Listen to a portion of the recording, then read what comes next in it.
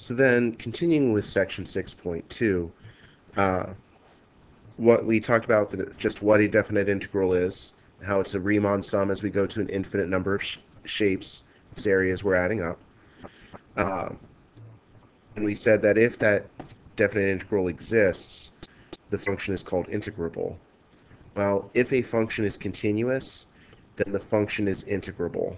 However, the converse is not necessarily true. So if a function is integrable, it may or may not be continuous. And we'll actually get to that in classes as far as which discontinuities are still integrable. But if a function is continuous, you will be able to find the integral, definite integral. So ways to find the definite integral. Probably the most common way to start learning how to evaluate definite integrals is by appealing to area. So a definite integral is capable of finding area between a function and the x-axis, but I want to caution you that a definite integral does not necessarily equal the area. It can be used to find the area. And to illustrate this, I'm going to use a circle. So say I have a unit circle, so it's a radius of 1. In terms of functions, it's built out of two functions. So the blue function is the upper semicircle, the red function is the lower semicircle. And for a definite integral, say I'm working on the blue one, I could use, say, LRAM and start estimating the area here. And if I go to an infinite number, towards an infinite number of rectangles, I would find that the area would be that of half of a circle of radius 1, which would be pi over 2. Well, I can also tell you the definite integral from -1 to 1 of this function called L with respect to x would also be pi over 2. If I then were to switch and work on the red function q, start doing, say, LRAM, and again go towards an infinite number of rectangles, I would find that the area here would also be pi over 2.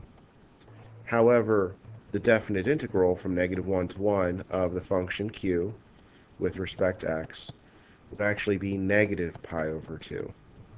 And this is why I want to make that caution.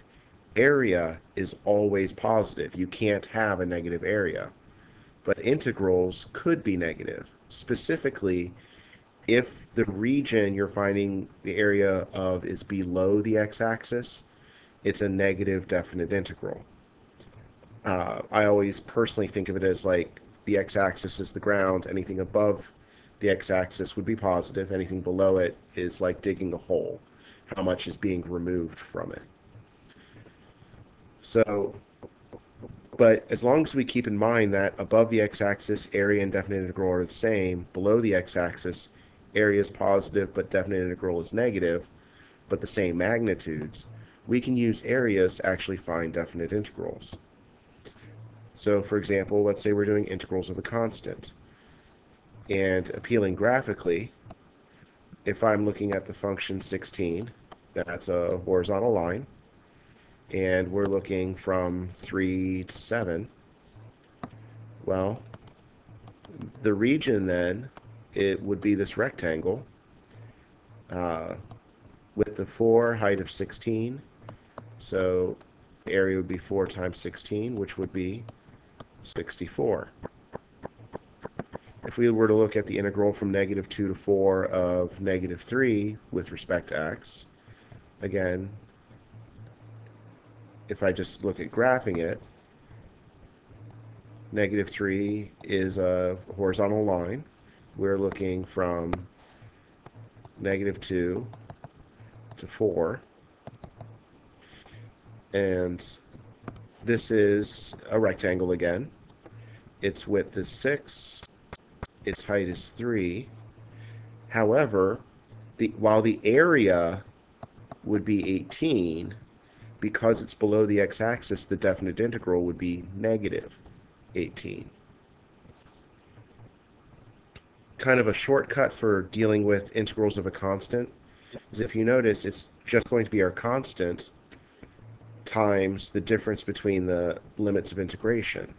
So if I'm doing the integral from a to b of some constant with respect to x, it's going to be the constant times upper limit minus lower limit. But this idea of areas can also then extend to what if we're dealing with functions that are not constant. So for example, linear. So if I have the integral from 0 to 4 of 2x, well, the graph of it goes through the origin, slope of 2, and I'm looking for this area. Well, that's the area of a triangle. So this would be 1/2 times the base times the height, which will be 16.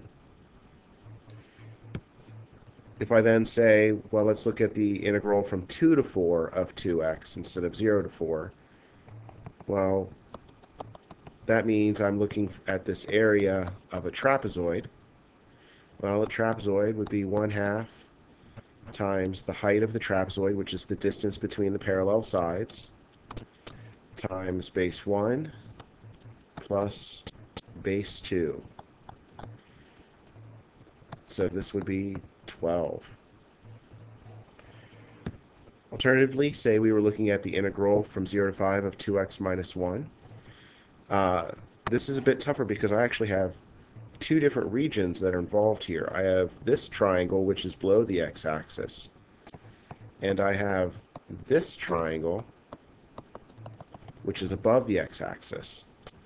So if I deal with the part that's above the x-axis first, this area would be 1/2 times 9, which is the height, times the base, which would be 4.5, so 9/2.